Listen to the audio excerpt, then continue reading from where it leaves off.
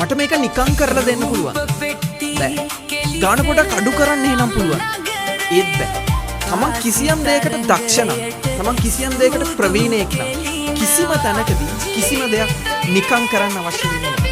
තමන්ගේ වටිනාකම අඩු කරලා තමන්ගේ සර්විස් එක දෙන්න අවශ්‍ය වෙන්නේ නැහැ. එක ලෝගෝ එකක් හැදුවට පස්සේ මිනිස්සු අනිත් පැත්තේ ඉඳලා අහනවා ලෝගෝ එකක් ඔච්චර ගණන්ද කියලා.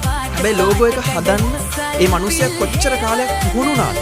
කොච්චර කෝසස් ගොඩක් ෆලෝ අප් කරාද කියන කාරණාව එච්චර ගාණක් වැඩි නැද්ද කියලා අහන මිනිස්සයා කවදාවත් දකින්නේ නැහැ. ක්ලාස් එකේ ෆී එක මෙච්චරයි කියලා කිව්වට පස්සේ මීට වඩා අඩුවට ක්ලාස් කරන්න බැරිද කියලා අහන මිනිස්සු ඉන්නවා. හැබැයි මේ විෂය ඉගෙන ගන්න කොච්චර මුදලක් වියදම් කරාද? නිදි වර්ජිත රාත්‍රීන් කීයක් පහු කරාද කියලා. ගාන අඩු කරන්න කියලා ඉල්ලීම් කරන රික්වෙස්ට් කරන කවුරුවත් හරියාකාරව දැකලා නැහැ. සමහර දේවල් කරන්න වැය වෙන්නේ තප්පර ගාණක් වෙන්න පුළුවන්. සමහර වෙලාවට මගේ සේවය ලබා දෙන්න වැය වෙන්නේ මිනිත්තු කිහිපයක්, පැය කිහිපයක් වෙන්න පුළුවන්. හැබැයි වැදගත්ම දේ මම අය කළ යුතුව තියෙන්නේ මම පුහුණුව ලබාගත්ත වසර ගානට මිසක් මම සේවය ලබා දෙන පැය ගානට නෙවෙයි. සමහර දේවල් හරිම ලේසියිනේ කියලා ඔබෙන්